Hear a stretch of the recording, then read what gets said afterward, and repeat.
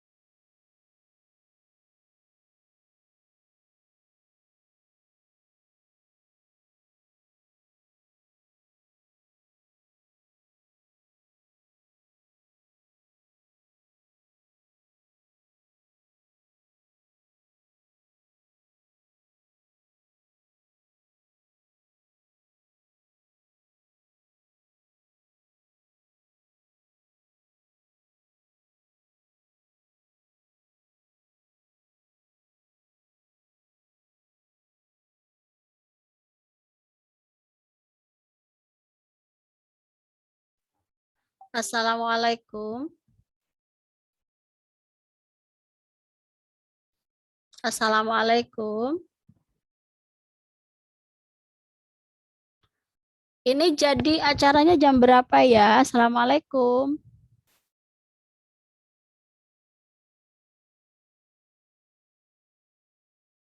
Assalamualaikum. Mau dimulai jam berapa? Saya telepon tidak ada yang angkat ya.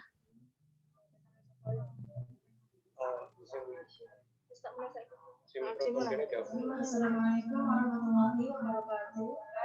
Waalaikumsalam warahmatullahi wabarakatuh.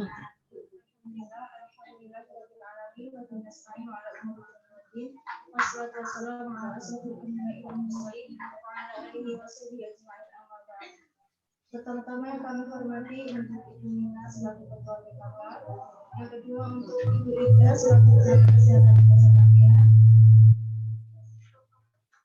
dan tak lupa kepada seluruh anggota Ibu BKK dan juga teman-teman anggota KKN yang dirahmati Allah SWT.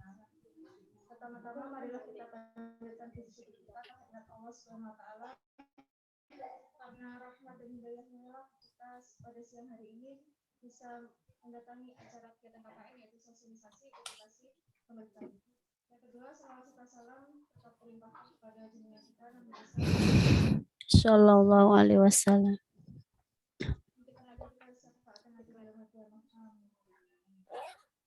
Sebelum ke acara inti, sedikit saya sampaikan Suaranya kurang keras, Mbak. Tidak bisa dengar kalau dari Zoom.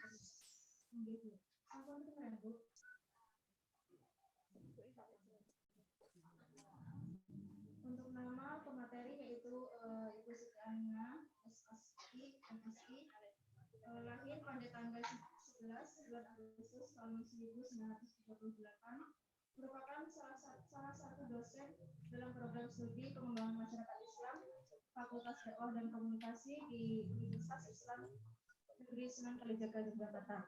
Jenis pegawai yaitu pegawai negeri sipil dengan email siti.aminah@uin.haji.id.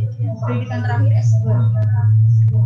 Untuk karya beliau dalam bidang pengabdian yaitu salah satunya adalah dalam tahun 2017 ada pengabdian masyarakat pedesaan, penyuluhan dan praktek ekonomi kreatif melalui akhlak pemberkain di Gunung Kidul. Pada tahun 2018 ada pengabdian masyarakat pesantren, pemilihan kain bekas dan praktek pembuat ramah lingkungan di Pondok Lintang Sumaratul. Pada tahun 2018 ada gerakan literasi, pemberdayaan masyarakat Sanur, Stadion Pacar Bantul dengan program Muburan Mojo Buku Rame-Rame. Yaitu pada tahun 2018 juga ada pengabdian untuk masyarakat Nahdlatul Sleman yaitu pembuatan dan pengelolaan sampah anorganik serta praktek menjadi verifikasi. Yaitu yang terakhir pada tahun 2020 ada penyuluhan dan pembuatan toka atau berbalut kain ramah lingkungan bagi kader PKK desa Semasari Bangkapan Bogor.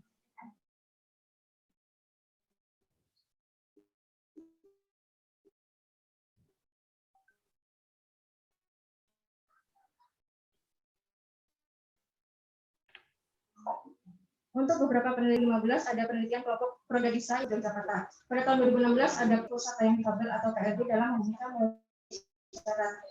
Yang terakhir ada dalam tahun 2018 yaitu PAR, pemberdayaan perempuan difabel melalui keterampilan Agungan wanita pada paguyuban penyandang paraplegi Jakarta. 15 ada Prodadisa, program pemberdayaan difabel Daksa di Candil Detis Bantul Jakarta, yaitu dalam jurnal inklusi pusat layanan difabel Unsuka tahun 2015 dalam jurnal inklusi. Lalu kemudian pada tahun 2017 ada fenomena social loving dalam praktik pemberdayaan masyarakat atau PPM dalam jurnal pemberdayaan masyarakat. Yang terakhir ada tahun 2020 yaitu persepsi penyandang disabilitas dan stakeholder untuk mempromosikan dan mengembangkan komunitas inklusif di DIY dan Sulawesi Tenggara. Dipublikasikan pada jurnal Sosiologi Reflektif. Untuk pendidikan S1 jurusan pekerja sosial di Universitas Islam Negeri Sunan Kalijaga dan S2 ada jurusan dakwah di Universitas Islam Negeri Sunan Kalijaga dengan gelar akademik MSc. Sekian sesi dari Ibu Siti Aminah, singkat. Untuk acara selanjutnya yaitu kepada acara inti. Monggo kepada Ibu Siti Aminah, waktu dan tempat kami persilakan. Ya, terima kasih. Mbak siapa namanya?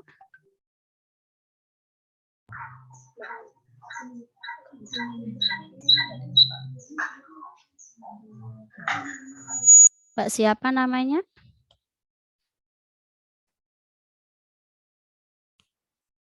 Yang jadi MC namanya siapa? Mbak Mila. Mbak Mila ya. Oke ya, Mbak Mila. Bentar ya sayang ya. Baik. Bisa saya mulai Ki? Bismillahirrahmanirrahim. Assalamualaikum warahmatullahi wabarakatuh.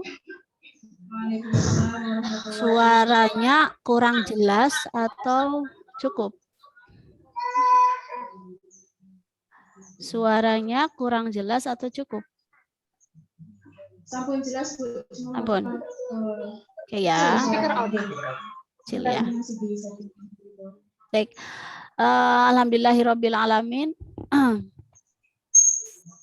Wa binasta'inu ala umuri dunya waddin wassalatu wassalamu ala asrofil anbiya'i wal mursalin sayyidina Muhammadin wa ala alihi washabihi ajma'in amma ba'du. Yang berbahagia yang saya hormati ibu-ibu yang ada di ruangan mana ini ya, kelompok mana ini tanpa desa soalnya.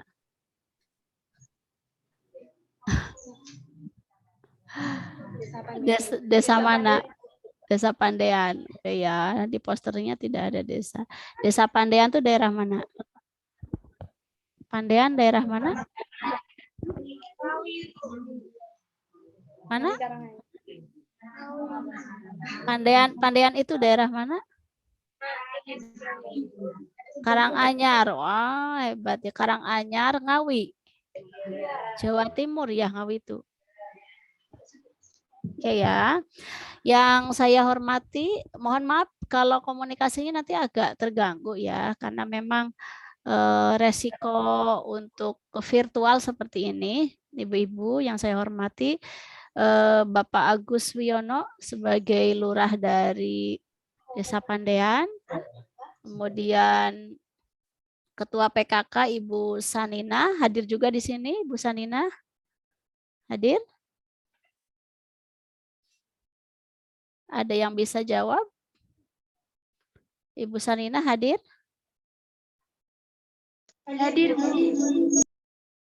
Oke, harus ada yang bisa jawab karena saya akan berinteraksi ya, akan bertanya.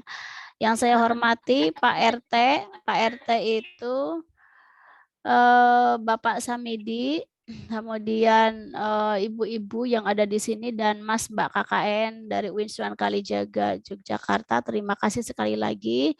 Bu Aminah sangat bersyukur bisa diberi kesempatan untuk berdiskusi tentang sampah ya, edukasi peka. Bagaimana menjadi seorang perempuan atau warga yang peka gitu. Nah, baik, ini sudah jam 13.36 ya, idealnya jam 13 sudah mulai. Mohon maaf, ini sedang berbarengan berbagai macam acara, jadi saya agak cepat nanti. Yang penting diskusinya. Baik, ibu-ibu, saya akan share screen ya. Sudah kelihatan?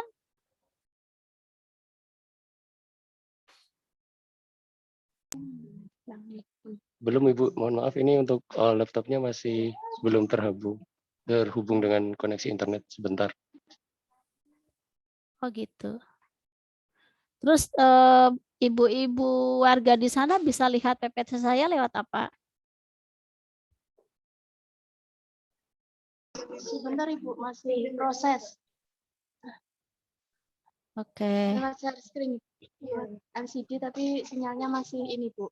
Oh ya Allah, ini ya hambatan di sinyal ya. Iya Bu. Oke. Sabar dulu berarti ibu-ibu. Sanding. ORS gitu. Terus 0371 ORS.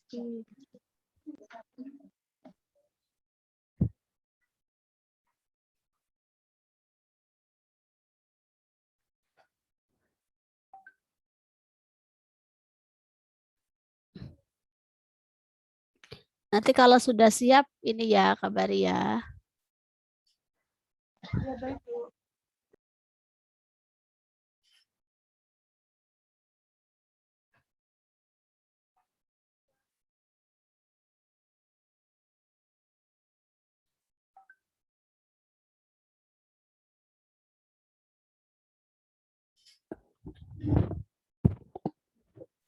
Ya Mbak Ayu didata aja dulu nanti jadi kita gampang tinggal ngirim data itu ke akademik.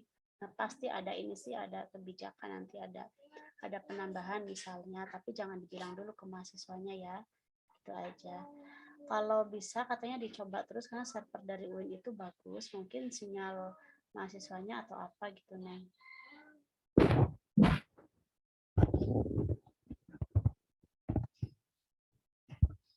Ya, sambil nunggu Mas dan Mbak KKN, ibu-ibu bisa dengar suara saya ya.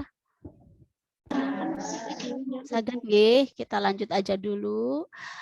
Jadi begini ibu-ibu, siang ini saya akan sharing tentang bagaimana menjadi seorang perempuan atau warga yang mengenal apa itu darurat iklim, bagaimana itu keseharian kita ini bisa berdampak positif dan juga berdampak negatif bagi bumi kita, bagi iklim yang ada di dunia ini. Nah, isu-isu tersebut kita wadahi, ya saya wadahi dengan yang namanya gerakan peka. Peka itu bisa dibilang pembalut kain sebagai satu wujud ide ataupun apa ya konsep budaya dari nenek moyang Indonesia, di mana dulu itu tidak ada yang namanya pembalut sekali pakai kemudian dibuang dan itu dan tanda kutip menyebabkan bumi ini panas seperti itu. Nah, ibu-ibu, saya lihat dari poster yang dibuat oleh teman-teman bahwa salah satu plastik yang dipakai oleh kita setiap bulannya itu yaitu plastik plastik pembalut ya. Plastik pembalut ini saya bacakan sedikit, bagus juga ini narasinya, menjadi bom waktu yang menentukan lingkungan gitu ya. Perlu diketahui bahwa plastik ini bisa dimakan atau dicerna oleh bumi itu ratusan tahun ya. Usia kita paling banter berapa ya kalau manusia itu 60, 70, 50 ya tentu tergantung umurnya gitu ya. Tapi plastik yang kita gunakan itu masih hidup sampai kita beratus-ratus tahun seperti itu. Maka Siang ini mari kita nanti sama-sama mengevaluasi diri apakah kita sebagai perempuan itu sudah bisa gitu ya untuk apa? Untuk bisa ramah atau peka terhadap lingkungan kita. Oke. Ibu-ibu coba angkat tangannya kalau siap menjadi seorang perempuan yang peka, angkat tangannya. Ibu-ibu yang ada di ruangan, siapkah menjadi seorang yang peka? Oke, yang depan nggak ngangkat, ada ya nggak kelihatan. Siap ya Bu ya menjadi seorang perempuan yang peka ya. Ya, peka itu gampang kok Bu. Nanti kita belajar bareng-bareng. Makanya saya sejak 2010 ya. 2010-2011 saya mencoba untuk memakai yang namanya pembalut kain karena itu salah satu cara yang sangat mudah bagi kita sebagai perempuan itu untuk peka gitu terhadap bumi kita ya. Masih nggak bisa di-share itu?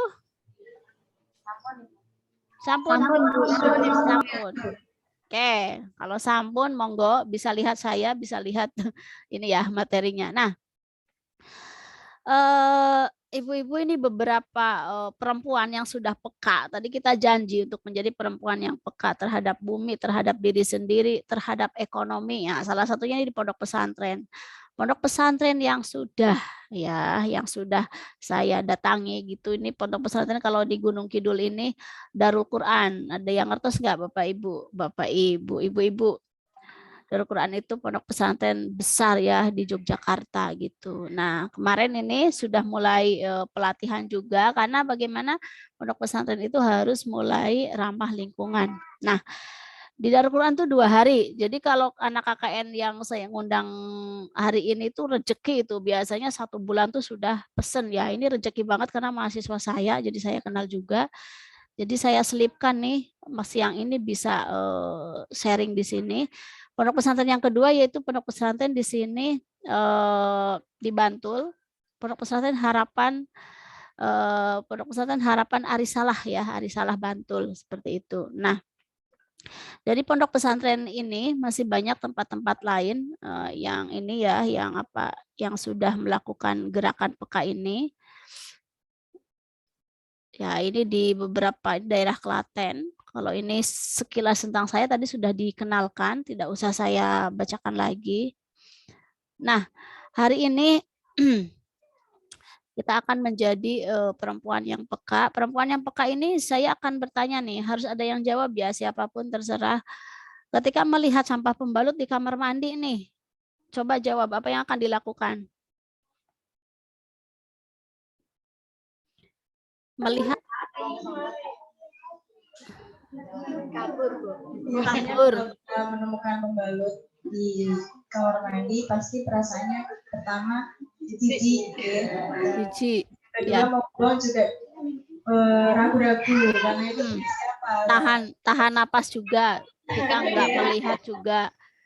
Kamar mandi itu kamar mandi umum ya, kamar mandi sendiri pun seperti itu. Kalau ada misalkan kita lupa gitu ya, habis mandi, habis itu, tapi kalau sudah berbentuk sampah itu sudah sangat tidak nyaman gitu. Punya sendiri pun kita sampai ada rasa jijik, apalagi punya orang lain itu ya. Itu realita pertama. Kedua, ketika sedang seperti ini nih, ibu-ibu tuh sedang duduk nih seperti ini, itu kok boleh berkerumun ya.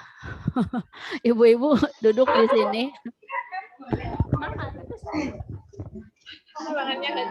Ya. Ibu-ibu sedang duduk seperti ini, kemudian ibu-ibu tuh lagi head ya. Nah, apakah ibu-ibu akan keluar izin untuk mengganti pembalut atau tidak? Jujur. Tidak kan? Jangankan ibu-ibu, mahasiswa KKN nih lagi tugas seperti ini, tapi dia lagi head gitu ya.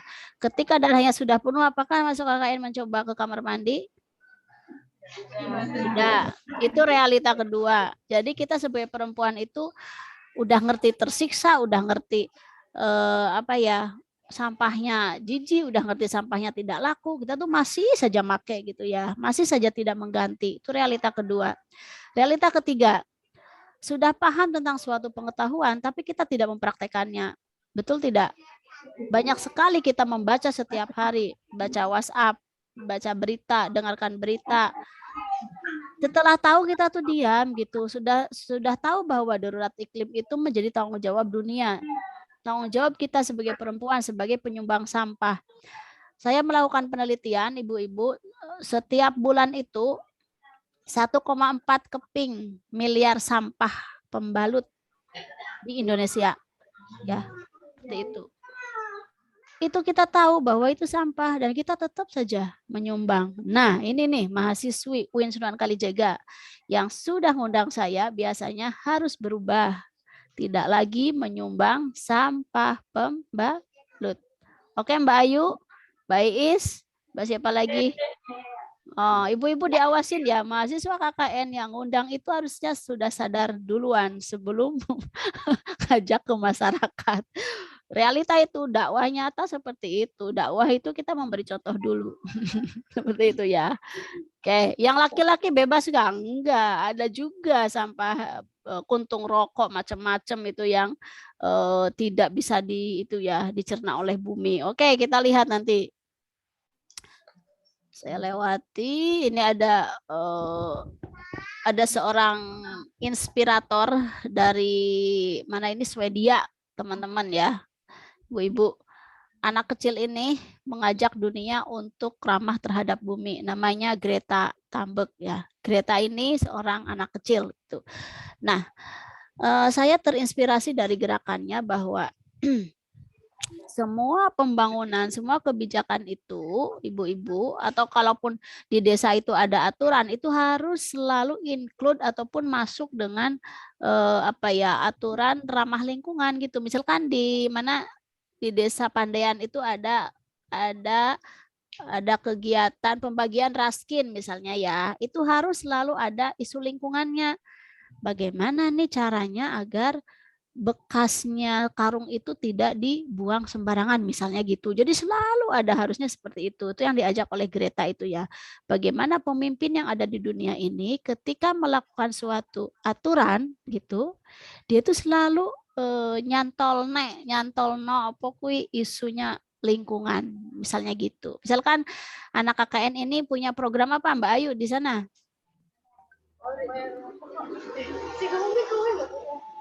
Programnya apa? Oke, taman baca. Ya, misalkan hari ini siang ini saja deh, saya tidak melihat ada itu ya, memang nggak ada snack ya, maaf. Misalkan ada snack gitu, itu tidak boleh dari plastik. Nah, intinya gitu. Taman bacaan masyarakat ini ada gerakannya literasi. Nah, selalu ada buku tentang bahayanya lingkungan. Ada kata-kata bagaimana lingkungan ini harus dijaga. Maksudnya seperti itu. Nah, saya sepakat dengan gadis Swedia ini ya. Dan tahun 2020, tahun kemarin itu per orang itu menghasilkan sampahnya 2 kilo ya per orang. Ya, kalau teman-teman KKN berapa kilo sehari menghasilkan sampah? Sempat nimbang nggak? Boten toh lah, ya ngapain Bu Aminah kurang kerjaan lah, ini realita data.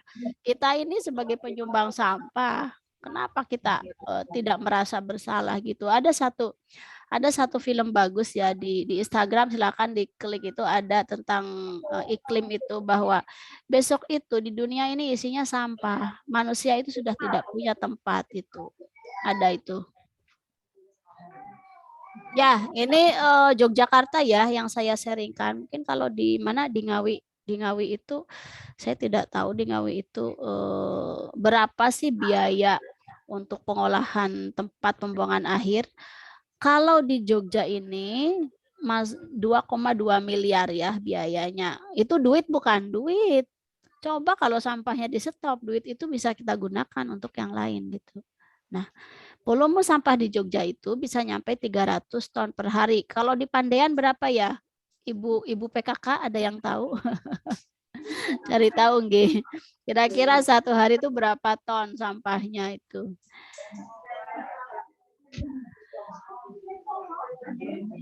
Ya, ibu-ibu di rumah sudah biasa membuang sampah yang namanya sampah makanan, sampah sayuran, sampah daun-daunan? Biasa kan dibuang ya. Itu namanya sampah organik ya. Nah, menurut riset Kementerian Lingkungan Hidup, sampah organik ini akan mengeluarkan gas metana atau CH4. Gas metana ini ternyata 21 kali lebih beracun dari karbon dioksida. Kalau apa? Kalau ditimbun terlalu lama gitu ya, dan akan menghasilkan emisi gas rumah kaca. Gas rumah kacanya itu menjadi apa itu, rumah kacanya yang melindungi itu menjadi tipis gitu loh Bu. Kalau lama-lama ada gas dari bumi itu, dan gas itu berasal dari sampah. Maka ada dua tawaran yang ingin saya sampaikan di sini. Tawaran pertama, bagaimana sampah anorganik, anorganik itu yang bisa dijual, silahkan dijual, dikelola melalui bank sampah dan macam-macam atau sodako sampah. Sampah yang organik ini diolah lagi menjadi pupuk ya. Nah, ini ada tawaran dari narasumber KKN Pak Erwan ya. Losida. Teman-teman pernah dengar Losida? Nah, ya, Losida ini gampang sekali ibu-ibu yang ada di sini, monggo tumbas paralon ya, dibolongin, kemudian ditancap, ditanam ke tanah, dilubangin. Udah, ini tinggal dimasukin semua bahan makanan, daun, sisa makanan. Ini nanti berapa bulan itu sudah menjadi pupuk, tidak usah dicampur apapun. Nah, kalau KKN ini masih ada 2 minggu misalkan, silakan ibu-ibu PKK ditagih itu anak KKN-nya suruh gawe Losida. Karena gampang itu ya. Searching aja di YouTube cara buatnya, itu gampang sekali. Tinggal ditanam paralon itu. Karena apa? Kalau kita sudah memelihara bumi dengan Losida, tidak akan ada gas metana lagi yang disebabkan dari makanan yang kita buang itu. Nah, ini saya lewati. Kenapa membakar sampah itu berbahaya? Banyak sekali sih artikel yang menjelaskan bahwa asap dari pembakaran sampah, khususnya sampah plastik, itu menyebabkan, ada yang bilang menyebabkan kanker, ada yang bilang 350 kali lebih berbahaya dari asap rokok, ada yang mengatakan bumi ini semakin panas karena asap yang kita timbulkan ini dari pembakaran sampah plastik seperti itu. Nah, kelihatan tidak di sini ada berbagai jenis sampah ibu-ibu. Ini sampah anorganik. Kalau botol ini usianya 450 tahun ibu-ibu ya. Sayang sih kalau ngisi pelatihan ini saya nggak pernah ketemu bapak-bapak ya ibu-ibu. Padahal ibu-ibu ki yo jarang jajan ya. Bener nggak jarang jajan nggak? Jajan gitu ya. Nah, ini botol-botolnya seperti ini, kalau bisa itu dikurangi karena ternyata botol ini usianya 450 tahun. Nah, misalkan Bu Aminah hadir di sana, saya tidak pernah minum kalau dikasih botol. Ya, saya minum kalau dikasih gelas yang berisi air. Botol yang ada isinya maksudnya itu saya tidak minum karena menyebabkan saya menyumbang sampah gitu. Yang kedua, kaleng ini 200 tahun, yang ketiga ini plastik ke 100 tahun, dan ada nih laki-laki apa ini? Kuntung rokok 10 tahun. Ada yang merokok? Anak KKN? Enggak ada, Bu. Alhamdulillah buatnya, Bu. Enggak ada, alhamdulillah ya. Dan ada yang tidak terurai ini adalah styrofoam. Ya, siapa yang suka GoFood, siapa yang suka jajan seblak dan macam-macam, Ki. Styrofoam ini nih yang membahayakan, bumi tidak bisa mencerna.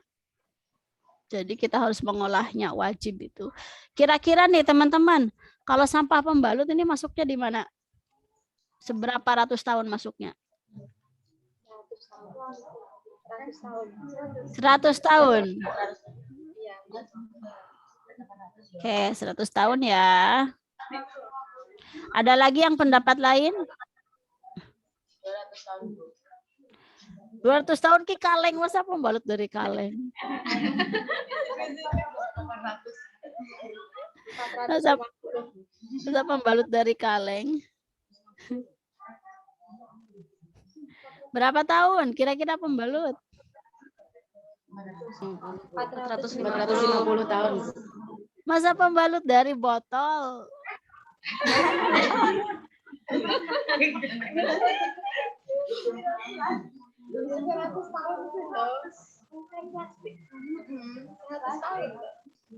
Seratus tahun. 100 tahun betul ya.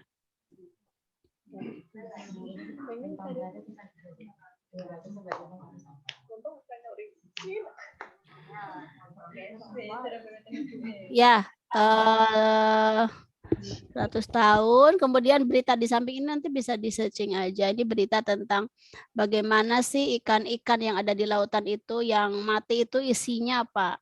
Isinya sampah, sampah plastik. Nah, sing doyan maem ikan. Nah, saya juga doyan karena katanya lebih bagus ya. Itu belum tentu yang dimakan itu adalah nutrisi-nutrisi tanaman yang ada di dalam laut. Tapi sudah kalau lautnya sudah menjadi tempat sampah, sampah itulah yang menjadi salah satu makanannya gitu ya. Jadi berita-berita ini menggambarkan bahwa salah satu negara di dunia ini penghasil sampah plastik terbanyak negara Indonesia, negara kedua ya. Tuh. Seperti itu. Kemudian Bank Dunia juga mengatakan bahwa kota di dunia ini 1,3 miliar ton sampah per tahun menghasilkannya itu ya, dan akan menjadi 2,2 miliar sampah pada tahun 2025. Wis pokoknya dunia isinya sampah apa nggak ngeri gitu ya. Kapan kita peka gitu. Ini udah tahu nih, harusnya berubah kalau sudah tahu itu. Berikutnya Ibu-ibu, kalau ada pertanyaan silahkan ya sambil jalan. Ada pertanyaan tidak? Dereng. Iki wis jam 2 soalnya sebentar.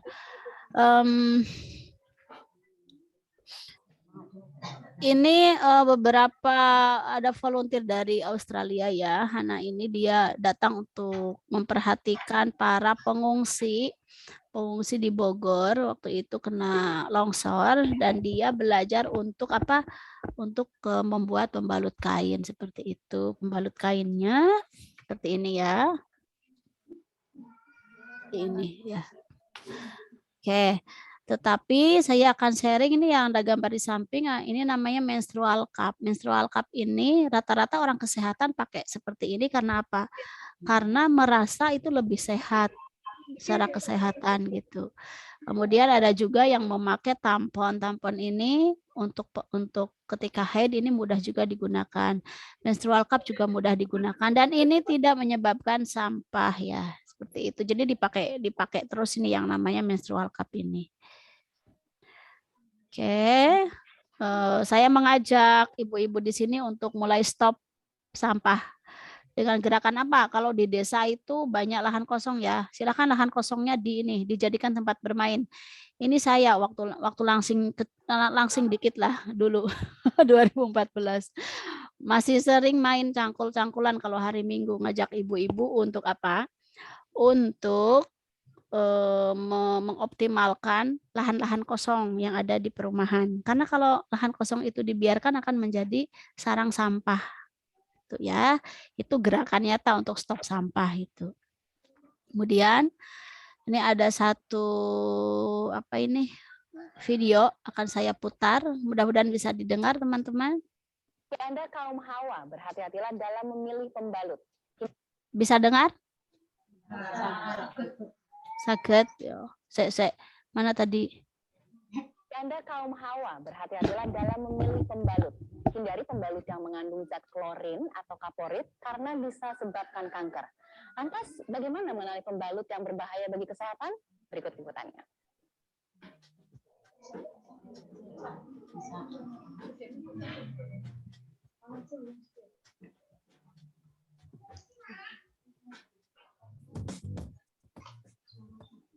Bagi kaum Hawa, pembalut wanita menjadi kebutuhan pokok yang harus tersedia setiap waktu. Tapi siapa sangka pembalut yang menjadi sahabat bagi mereka justru bisa mendatangkan penyakit mematikan, kanker mulut rahim. Penyebabnya zat klorin alias pemutih seperti kaporit. Ya, banyak pembalut di pasaran yang mengandung zat klorin dan bisa meresap ke dalam rahim wanita. Untuk mengetahui apakah pembalut yang biasa Anda pakai setiap bulannya mengandung bahan pemutih atau residu klorin, saya akan bertanya-tanya kepada ahli racun kimia namanya Bapak Budiawan. Selamat siang, Pak. Selamat siang. Kaporit merupakan waktu sisa zat klorin yang akan digunakan untuk menguji rendaman berbagai jenis pembalut. Jika warna salah satu produk pembalut ini berubah warna, maka bisa dipastikan pembalut itu mengandung zat pemutih. Kita lihat perubahan warnanya ya. Kalau kontrol negatif dengan rendaman pembalutan itu tidak ada perubahan warna signifikan. Sedangkan kalau kontrol positif dengan zat warna kita tambahkan kaporit, dalam hal ini terjadi perubahan warna yang sangat signifikan. Bagaimana hasilnya setelah sejumlah produk pembalut wanita yang beredar bebas di pasaran dan laris manis ini diuji kandungan kaporitnya? Ada satu pembalut yang diduga mengandung residu klorin dan ini sudah kita buktikan seperti barusan ya, akan terjadi perubahan warna bila rendaman itu kita tambahkan zat warna alami yang sama.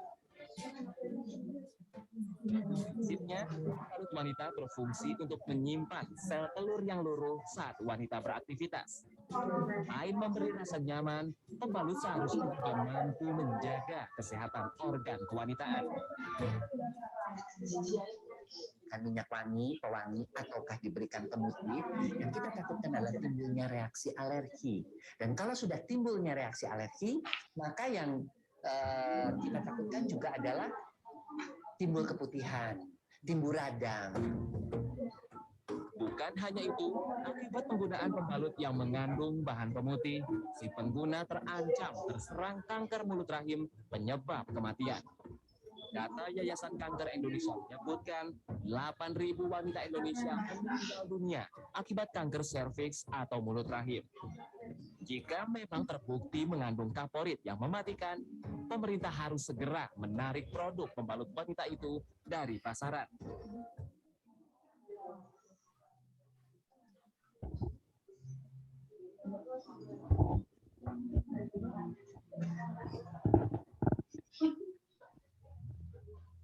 Ya, sebentar nggih.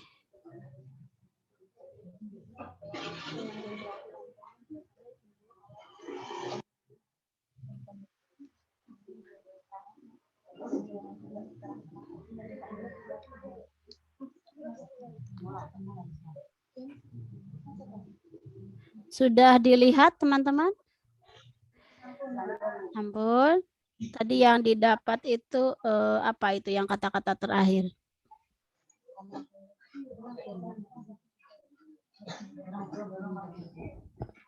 Tadi ini suaranya agak kecil videonya. Suaranya kecil. Sekedap nggih saya, sekedap ya.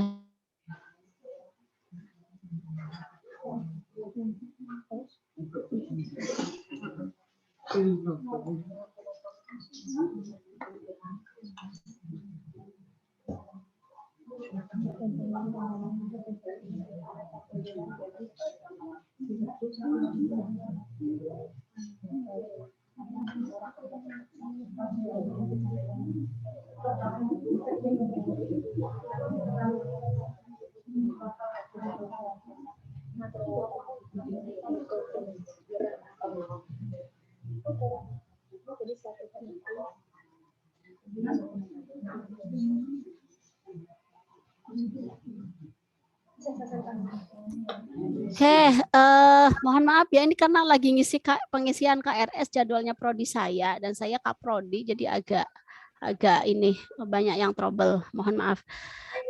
Saya sambil gitu. Nah, teman-teman, tadi lihat dari video ini ya, kita lihat bahwa ada beberapa hal yang perlu diperhatikan. Tadi ada cek gitu ya dari laboratorium bagaimana sih yang biasa kita pakai itu, ternyata ada beberapa yang mengandung apa tadi? Oke, mengandung itu. Kalau sudah tahu mengandung itu, ibu-ibu mau pakai lagi enggak?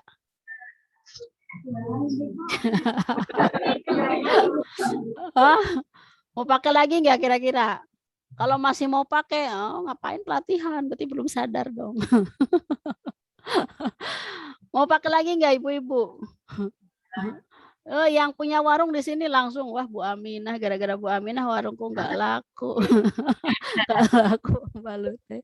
Ya, intinya begini, beberapa yang mengandung itu kita harus paham, kita harus teredukasi bagaimana sih diri kita ini peka terhadap pembalut yang seperti itu. Hindari.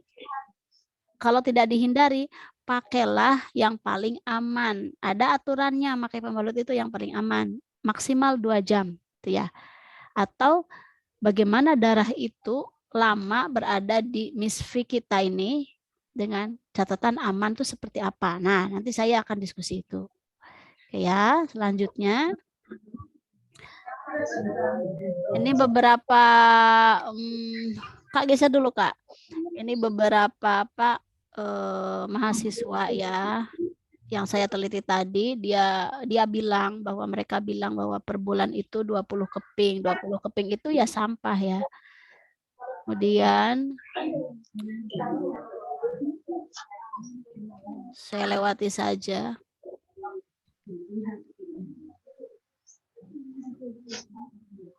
Ya, kalau kita merobek isi si pembalut itu, ya ibu-ibu, kita bisa tahu bahwa apa yang ada di dalamnya ya. Nah, di dalamnya itu adalah ada yang bilang kertas bekas, ada yang bilang serbuk kayu. Kertas bekas ini, pembalut wanita ini merupakan produk sekali pakai gitu ya. Maka karena sekali pakai ini, produsen itu tidak mau rugi, ibu-ibu ya. Coba kalau kita beli gorengan 2.000 dapat berapa? Dapat 3 apa dapat 4? Dapat 4 ya. Kalau mau untung gimana? Nah, itu produsen itu seperti itu. Ketika jujur dan untung itu beda gitu ya. Ketika jujur ya minyaknya pakai yang bagus dong. Tapi kalau ketika mau untung, banyak itu minyak-minyak yang dijual setelah hitam itu dikuningkan lagi. Gimana caranya ya? Saya soalnya dulu sering melihat di pasar itu, pasar tradisional itu ada jual minyak yang sudah dipakai tapi dibersihkan lagi gitu, dan itu untuk goreng-goreng yang seperti itu. Maksudnya seperti itu.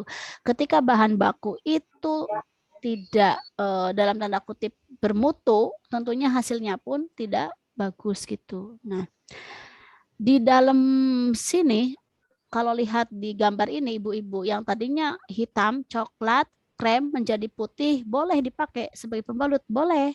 Karena apa? Karena di dalamnya sudah ada zat yang memang boleh untuk memutihkan, zat yang memang boleh untuk menghilangkan bakteri. Kalau tidak boleh, tidak akan ada izin penjualan, izin pemakaian. Ini kan sudah aman dari izin. Tetapi yang harus kita garis bawahi adalah zat dioksinnya itu yang sangat berbahaya ketika kita sebagai perempuan itu tidak paham cara memakainya gitu. Ini ya, ini bahannya katanya. Yang kedua, bahan kimia yang memutihkan ini itu berbahaya juga ibu-ibu. Bahan kimianya apa? Nah, ini bahan kimianya itu yang bisa mensterilkan kuman-kuman dari kertas bekas. Ya, ngeri ya ibu-ibu kalau lihat di sini. Mbak-mbaknya juga nih, kalau sadar harusnya mulai bergerak ya untuk tidak memakai pembalut dalam tanda kutip yang kurang berkualitas gitu. Nah, di dalam penelitian ini dikatakan bahwa sebanyak 107 milimeter ya, 107 bakteri per milimeter di atas pembalut wanita. Banyak sekali kalau 2 jam tidak diganti gitu. Ini cara ngeceknya mudah, bisa dilakukan. Cara ngecek yang kedua juga mudah, misalkan mbak-mbak bisa mempraktekannya nanti. Ini disobek, diambil dalamnya, kemudian dimasukin di gelas. Gelasnya gelas berisi air bening gitu ya. Nanti dikocok apa ya? Ya apa namanya? Diudak ya Allah, diudak. Diudek ya, ketika diudek itu nanti kan akan kelihatan tuh hasilnya si pembalut ini ketika di dalamnya tuh kan disobek, diambil. Ketika diudek itu hancur, berarti itu isinya yang kurang bagus. Ketika tidak hancur tuh bagus. Ini kesimpulan dari cara mengecek apa yang kita pakai itu bagus atau tidak. Nah, ada solusi sederhana ibu-ibu, kita pakai pembalut yang mahal, yaitu yang berbahan kapas. Kalau mahal itu, kalau neng deso ki mending beli susu, jajan bakso daripada beli pembalut yang mahal ya Bu ya.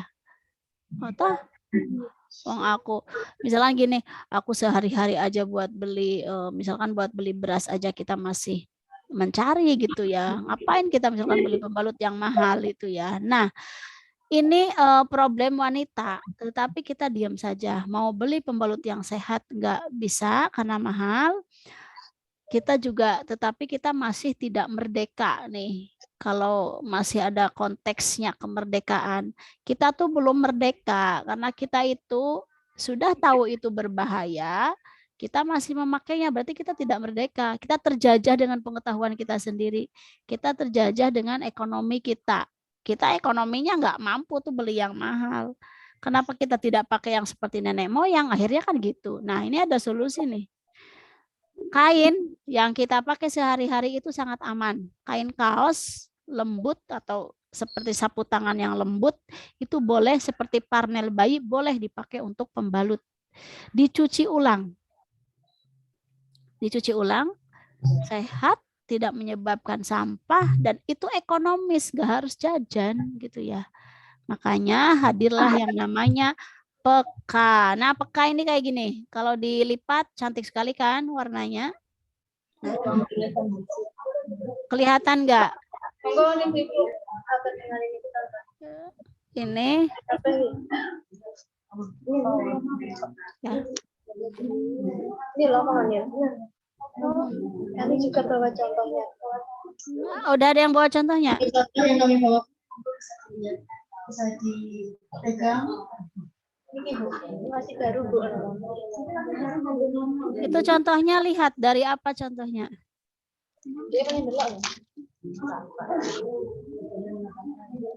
Ya, silakan ibu-ibu bisa bisa cari di apa ya, pasar Shopee atau apa yang online, pasar virtual seperti itu ya. Yang seperti ini juga banyak gitu ya. Kalau ya bagus. Oke Mbak Ayu. Ada perbedaannya kalau punya Bu Aminah itu, kalau punya Bu Aminah ini ya, anti tembusnya sama apa nih, sama kainnya ini fungsinya untuk celana gitu. Pada memperhatikan enggak ya saya ngomong? Bu, diperhatikan. Kayak ngobrol ngono. Ya, oke. Contohnya banyak, silahkan bisa mengakses di mana saja. Ini berbagai macam gerakan peka yang dilakukan ya. Ini di teras rumah saya, jadi bebas kalau ada yang mau jahit silahkan. Ini di Pondok Pesantren Kerapiak, ibu-ibu. Kemudian ini di Pondok Pesantren Al-Furqon Kudus, itu sudah hampir 5 tahun mewajibkan santri putrinya untuk memakai pembalut kain ya. Ini mahasiswa-mahasiswa dan teman-teman para plegi yang memang mereka ini menjadi penjahit dari si peka ini ya. Ini bentuknya. Kalau yang di online itu ketika dipakai itu langsung dilepas dicuci. Nah, kalau yang keunikan dari peka yang saya buat ini, itu fungsinya anti bocor yang bisa berfungsi sebagai celana. Jadi ketika dipakai itu, ketika ini dipakai ini fungsinya celana gitu ya. Nanti yang untuk menampung darah ini taruh di atasnya. Yang diganti ininya saja. Jadi tidak misalkan peka ini sudah nempel di celana karena dikancingkan, dia akan aman, tidak akan tembus. Yang diganti kalau yang di gambar ini di layar ini ada daster bekas ya. Boleh nih daster bekas digunting-gunting dijadikan untuk wadah darah. Jadi yang diganti-ganti nanti sehari-hari adalah dasternya ini. Ketika udah ada darahnya diambil, ditaruh, ambil, ditaruh gitu. Kalau pekanya ini nempel di celana. Ini dengan suster-suster di Shantikara Youth Center ya sudah melakukan penyadaran peka juga, kemudian dengan puskesmas ini dengan beberapa penggerak lingkungan khusus laki-laki ini di mana di tempat pembuangan sampah akhir di belakang saya itu gunungan sampah berasal dari 5 kabupaten yang ada di Jogja. Ini di kampus. Di gereja-gereja sudah mulai juga sadar peka. Ini kalau saya mudik ke Kuningan ya, saya mengunjungi beberapa desa untuk ke gerakan peka ini. Ini di anak-anak rayon PMII, Pondok Pesantren Jombang, sama seperti kita ini secara online daring ya, pondok pesantren terbesar nih. Ini baru kemarin 2021 ini. Ini di Pondok Harapan Arisalah Bantul. Darul Quran. Nih, jadi kalau pelatihan sama saya cara luring langsung kita menjahitnya gitu sampai punya tuh ya. Tapi waktunya memang harus maksimal, tidak boleh 1 atau 2 jam saja. Ini baru kemarin 24 Juli ya. Di Bukit Sari, ini baru kemarin juga di Soka. Ya, nah ini pengalaman menarik saja dengan isu pembalut ini, pernah mewakili DIY ke tingkat nasional ya, Bu Aminah, sebagai gerakan peka dalam mewujudkan masyarakat yang literat gitu. Nah, kalau ini kan ada taman bacaan, tadi teman-teman bilang taman bacaan, ya saya juga punya taman bacaan namanya D5, jadi kadang panggilan di teman-teman literasi itu namanya Ibu D5, jadi saya mewakili itu atas nama D5 dengan gerakan peka. Ini beberapa berita ya yang bisa ini. Nih teman-teman, sampai di sini saya kembalikan kepada moderatornya. Jika ada diskusi monggo.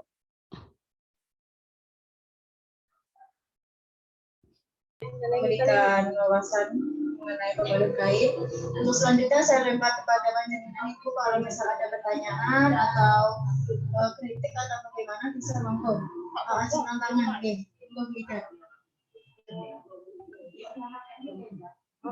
Nanti Mbak sampaikan lagi lah. Oke. Saya mau tanya, ini kan kalau pembalut biasa yang kita pakai itu kan dapat menimbulkan berbagai macam dampak tadi ya. Ada yang kanker, dan sebagainya. Terus ini ada inovasi kita pakai pembalut kain, itu yang bisa dicuci gitu ya. Itu kan sangat tipis sekali ya. Itu sangat tipis sekali. Itu seandainya pembalut yang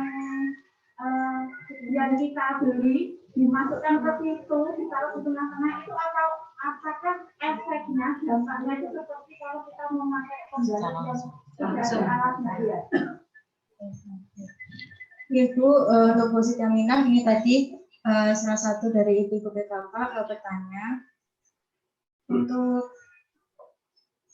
kalau bahan pembalut biasa kita masukkan ke dalam tengah-tengahnya pembalut kain, karena kan pembalut kain ini tadi tipis, ibu bilangnya tipis. Ya, karena contohnya beda itu, bukan yang punya saya.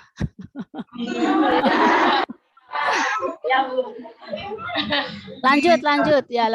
Kalau misalnya karena mungkin ada yang tipis dan ibu-ibu menginisiatif untuk memasukkan pembalut yang biasa ke tengah-tengah pembalut yang kain, nah apakah nanti dampaknya itu sama seperti kita menggunakan pembalut biasa atau digabung gitu? Okay. Oh ya, oke, saya udah nangkap. Jadi karena tipis itu akhirnya takut darahnya nggak cukup, tumpah kemana-mana gitu. Yang pertama tipis itu karena apa? Karena kurang dempul atau kurang wadah darah. Jadi kalau di punya saya kita cukup gunting ini ya, kain-kain kaos yang bisa beli kain kaos, bisa juga yang di rumah misalnya kaos sudah tidak kepakai, kita lipat seperti ini Bu.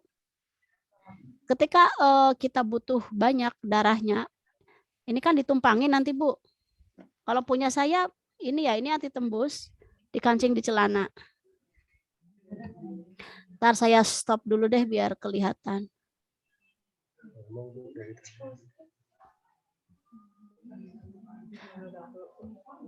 Bagaimana biar saya yang berada di layar besar ini ya?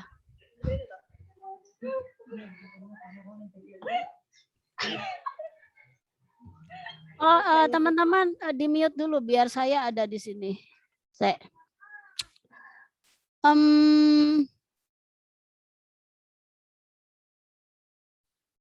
Saya mau menjelaskan begini ya. Kelihatan tidak? Kelihatan tidak? Kelihatan ya. Ini sebentar. Gambar yang ada di besar ini kenapa kalian loh, bukan saya gitu loh maksudnya. Ya, ini celana ibu-ibu. Ya. Ini pembalut anti tembus. Dikancingkan.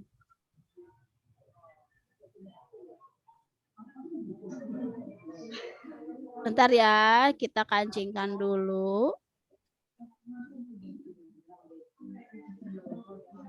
Nah, sudah dikancing seperti ini. Ini fungsinya anti tembus, namanya peka. Nah, kancingnya di bawah. Maaf ya, ini nanti live YouTube juga nih. Nah, kayak gini.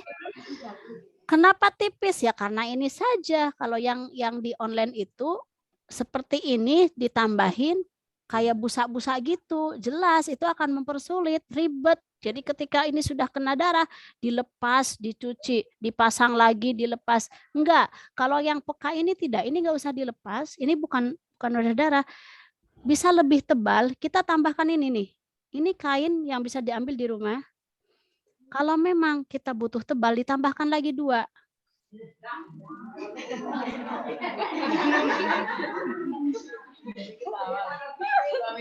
Taruh di sini. Taruh di atas. Tadi kan kita sudah mekakah tuh ya, sudah berdirilah mekakah. Nah, taruh di sini di atasnya. Angel ora ketemu kilah. Nah, gini. Jadi ibu-ibu ini tebal ini. Kalau ditambah lagi tebal banget. Makanya ada aturan sebelum 2 jam tuh diganti. Karena tidak bagus. Darah terlalu lama. Darah itu kan apa ya, sesuatu mungkin yang perlu kita ya harus dibersihkan. Makanya jangan terlalu lama bersentuhan dengan misfi kita itu. Nah, ini kalau di peka tuh kayak gini. Misalkan sudah kena darah, ini tinggal diambil nih. Yang ini tetap. Kemana-mana praktis, kamar mandi tidak akan ngantri. Tapi kita kemana-mana bawa ini nih, wadah darah. Ini mah di celana nempel gitu ya. Nah, ketika itu ini dicuekin dulu yang ada darahnya, kemudian kita pasang, tinggal dipasang, ditaruh lagi di atasnya, dipakai. Seperti itu. Saya 10 tahun tidak rusak, tidak pernah bocor, tidak pernah. Karena begini, yang namanya pengalaman itu lebih berharga ya. Saya beli yang ada di online. Beli ya, kelebihannya banyak, sama seperti produk saya ada kelemahannya juga.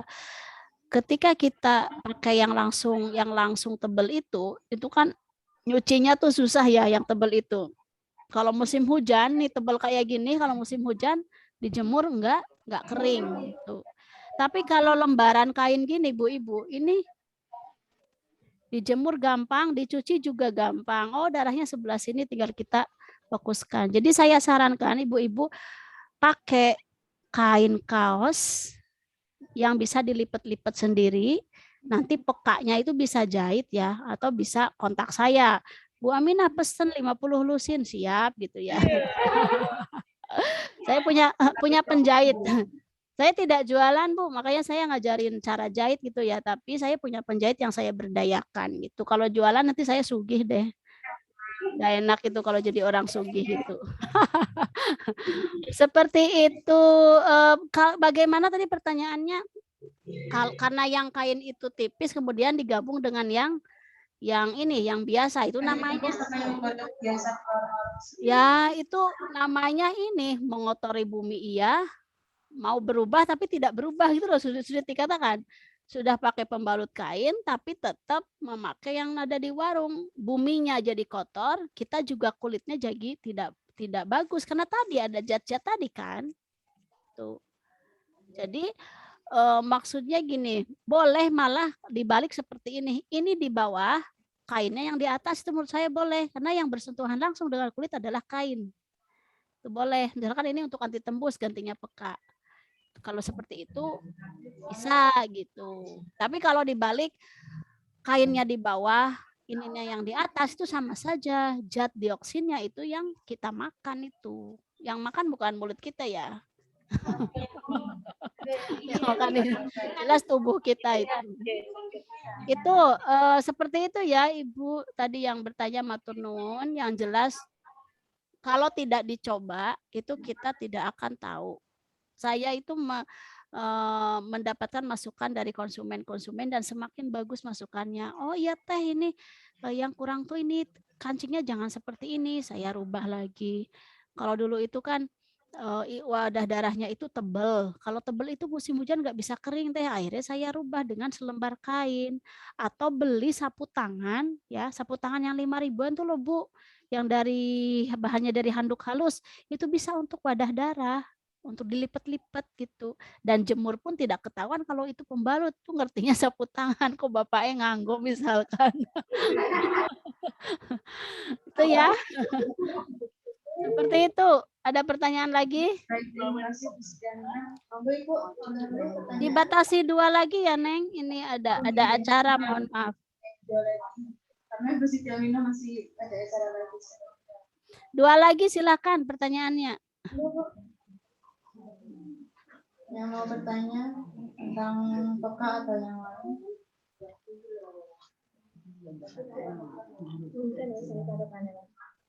Sampun buatan wonten? Sampun Bu Siti Aminah, sepertinya cukup. Ibu sudah tidak ingin bertanya.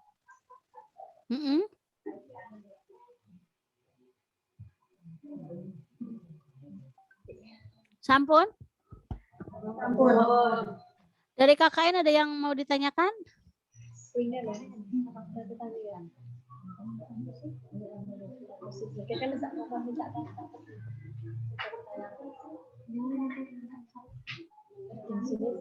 Tidak ada? Ada lagi Bu, satu Bu dari anak KKN Bu. Ya, silahkan. Tadi kan kita sudah mendengar dampak positif nih Bu. Nah, saya mau bertanya tentang ada nggak sih Bu dampak negatif dari pembalut kain ini? Dampak negatif, ya, ya.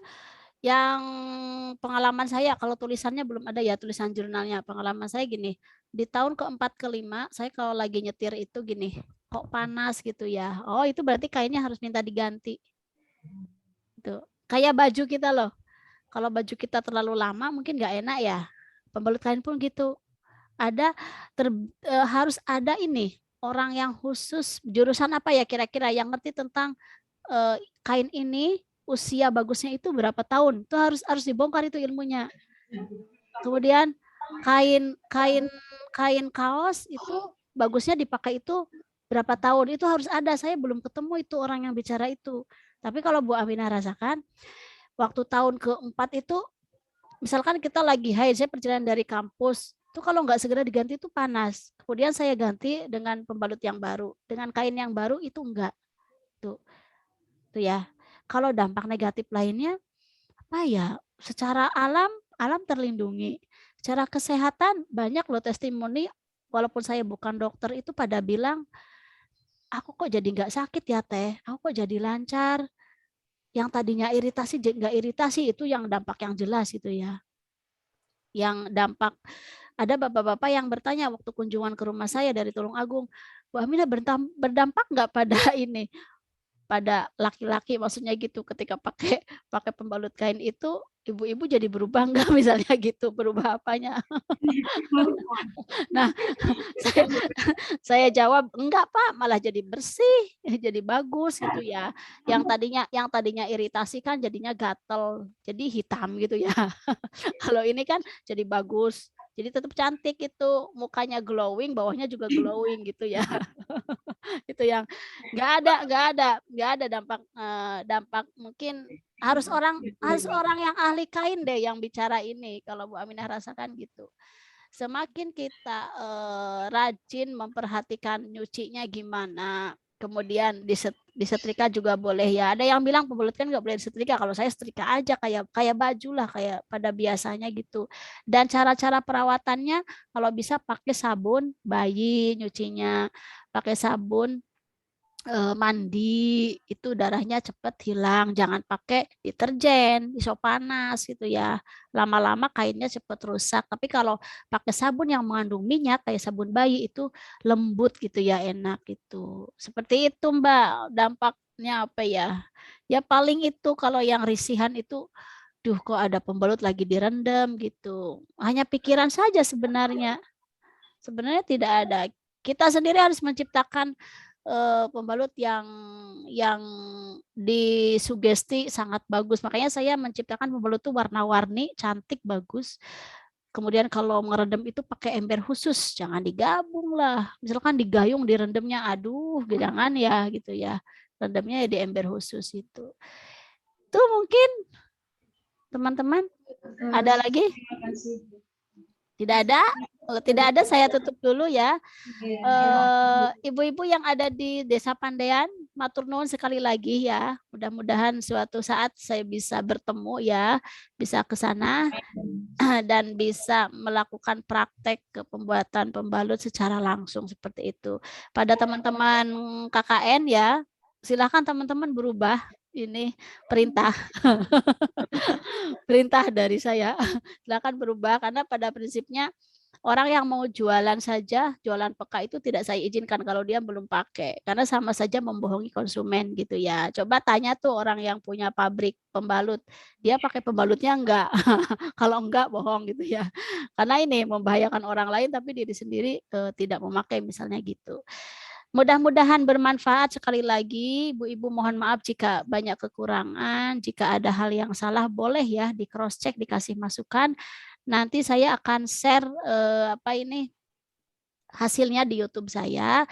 Dan sekali lagi saya mohon bantuan dari anak KKN untuk membuatkan absen, nanti difotokan ke saya. Absen peserta ditambah per bulan itu memakai pembalut berapa keping. Gitu ya, misalkan ada ibu Iin misalkan, Ibu Iin itu 1 bulan itu berapa keping gitu ya. Terus Ibu Nani, Ibu Yuni misalkan itu berapa keping per bulan. Nanti fotokan ke Bu Aminah ya gitu.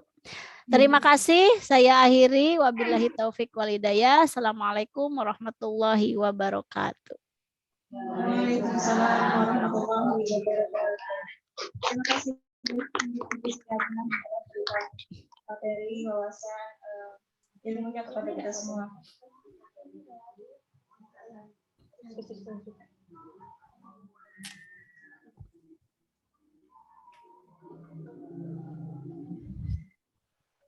Baik, untuk cara yang terakhir yaitu kesimpulan bahwa ketika kita melakukan suatu kegiatan ya seperti yang tadi Bu Sita bilang, jangan lupa untuk mengingat unsur lingkungan atau bahan-bahan yang kita gunakan apakah nantinya bermanfaat untuk lingkungan atau malah membahayakan lingkungan.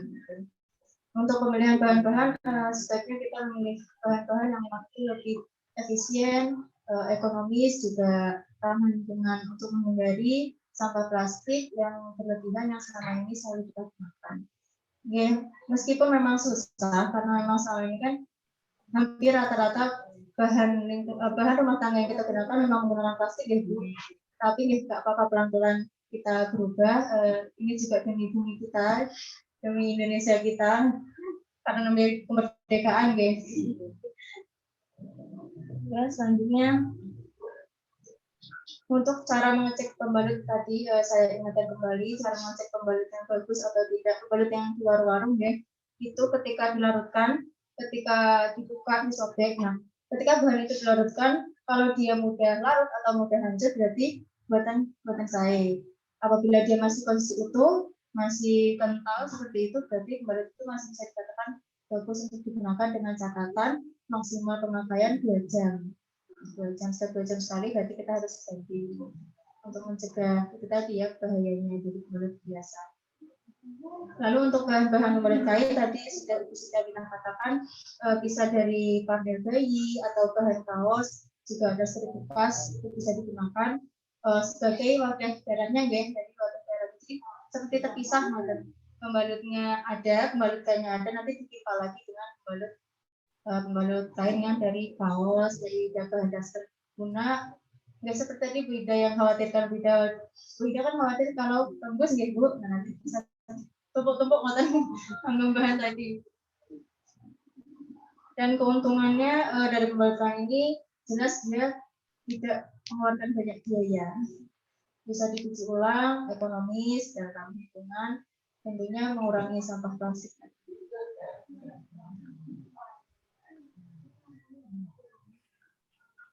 Untuk selanjutnya adalah visi misi kita dari anggota KKN untuk mengadakan sosialisasi edukasi pembalut kain ini ya, tentunya tidak lepas untuk sama-sama belajar bagaimana cara kita menggunakan bahan-bahan di sekitar kita setiap hari. Dapatkah kita mengurangi sedikit pemakaian plastik yang berlebihan, karena kita mengingat bahwa plastik itu terurainya sangat lama sekali. Ini juga demi kepentingan bersama. Meskipun dampaknya memang belum bisa dirasakan sekarang, tapi nanti anak cucu kita, generasi kita selanjutnya akan merasakan dampaknya seperti itu. Dan juga keuntungannya tetap kembali kepada diri kita masing-masing, Bu. Mungkin misalnya panjenengan berubah pelan-pelan pakai pembalut kain, mungkin dampaknya masih 1 bulan, 2 bulan, atau mungkin 3 bulan ke atas baru dirasakan. Seperti itu. Cukup sekian dari kami. Apabila ada salah dari kami, dari saya sendiri, saya mohon maaf. Kurang lebihnya saya terima kasih pada panjenengan sudah menghadiri kegiatan kami pada siang hari ini. Panas-panas ya Bu, datang ke sini. Matur suwun sangat ya. Wassalamualaikum warahmatullahi wabarakatuh. Assalamualaikum warahmatullahi wabarakatuh. Saya izin nutup ruangan ini ya. Matur nuwun ya semuanya. Terima kasih. Amin, amin ya Allah. Assalamualaikum. Waalaikumsalam.